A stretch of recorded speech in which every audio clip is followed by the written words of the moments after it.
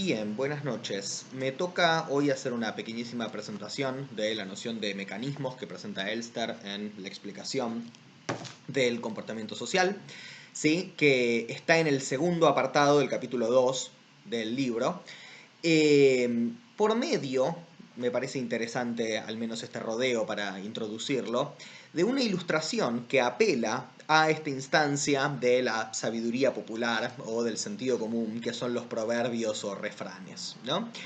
Si uno analiza el saber de sentido común que se expresa en estas frases, ¿no? Los proverbios o refranes, se encuentra, por ejemplo, Dios los cría y ellos se juntan, pero también los opuestos se atraen, ¿no? Encuentra ojos que no ven, corazón que no siente, pero también la ausencia aviva el amor, ¿no? Bueno, ¿qué es lo que esta aparente trivialidad, que es que los refranes se contradigan, tiene de interesante para un análisis del conocimiento social? Si pensamos, por ejemplo, en otro texto, ¿no? En una introducción a la sociología de Victor Baldrige, un texto de los años 60, recuerdo que se apelaba a un análisis de los proverbios o refranes para cuestionar la creencia de que no necesitamos ciencia social porque tenemos el conocimiento de sentido común, ¿no? Entonces Baldrige decía, bueno, evidentemente este sentido común no es tan confiable porque, como vemos, es contradictorio, ¿no? Pero el ser está haciendo otra cosa, ¿no? Que a mi juicio es más interesante. Y esta otra cosa no implica negar que los refranes o proverbios son, a menos a primera vista, contradictorios, pero los puede interpretar de un modo en que dejen de ser contradictorios, y al hacer esto está ilustrando un punto que es epistemológicamente importante acerca de la explicación de la conducta social.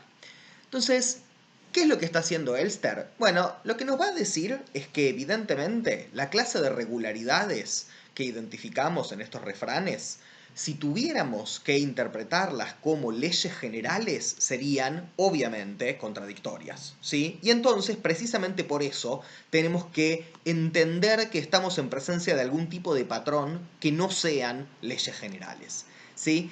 Entonces, pensemos una analogía, ¿no? Si pensamos un ejemplo típico, simplificado de ley científica, el ejemplo de siempre de los metales se dilatan con el calor, sería insostenible tener en nuestro mismo corpus de conocimiento otro enunciado también formulado como una ley universal que dijera los metales se contraen con el calor, ¿no? Eso sería insostenible. Ahora, justamente por eso, piensa Elster, nos tenemos que dar cuenta de que estos proverbios están expresando algo menos ambicioso que leyes generales. Algo que es, por cierto, legítimo utilizar en las ciencias humanas, ¿sí? Este otro tipo de patrón que no son leyes, ¿sí? Y eso que los proverbios están expresando, Elster lo llama mecanismo. Entonces el fenómeno descrito por Dios los cría y ellos se juntan es un mecanismo, y el descrito por los opuestos se atraen es otro mecanismo, y ambos podrían, con los reparos del caso, formar parte de nuestras herramientas cognitivas. Ahora, ¿por qué exactamente? ¿No? ¿Qué es lo que permite que los mecanismos hagan este pase de magia, ¿no? De conciliar los opuestos?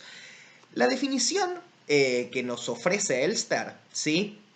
Nos dice que esto, que son los mecanismos, son patrones causales de aparición frecuente, pero, ¿no?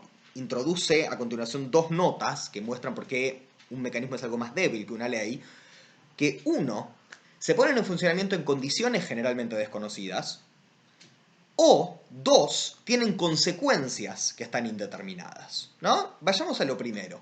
Hablar de condiciones generalmente desconocidas es abrir el paraguas para decir, bueno, no sabemos cuándo de dos, o llegado el caso más de dos, mecanismos que conducen en direcciones opuestas se va a dar uno o el otro.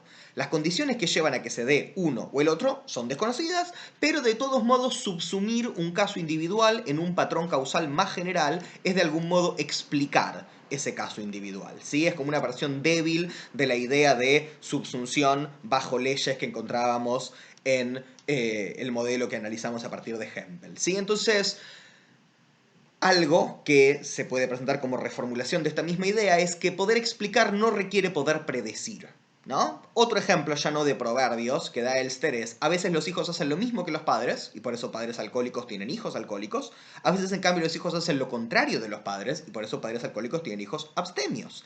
De nuevo, entonces, esto no nos impide, piensa Elster, utilizar mecanismos para explicar la conducta, pero evidentemente sí nos impide usar mecanismos para predecir la conducta, ¿sí? porque, de nuevo, no sabemos cuándo se va a dar uno o el otro de estos mecanismos. Y sin embargo, ¿no? Explicación sigue habiendo, aunque el patrón no sea universal, ¿no? Aunque el patrón no pueda tener un alcance como el de todos los metales se dilatan con el calor. ¿Sí?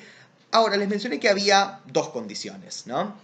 Una condición es la que se refiere a estas condiciones desconocidas a las que se ponen en marcha, pero también nos dice que junto con la primera condición, o en lugar de esta primera condición, ¿no? Lo presenta al modo de una disyunción, se puede dar que un patrón causal cuente como mecanismo porque las consecuencias del patrón permanezcan indeterminadas. O sea, puede darse, no que no sepamos cuál de varios patrones causales efectivamente se da, como el de los hijos que o bien imitan a sus padres o bien adoptan la conducta opuesta a la de los padres, sino porque de distintos mecanismos que se dan simultáneamente no sabemos cuál va a ser el resultado final de que efectivamente se den, ¿no?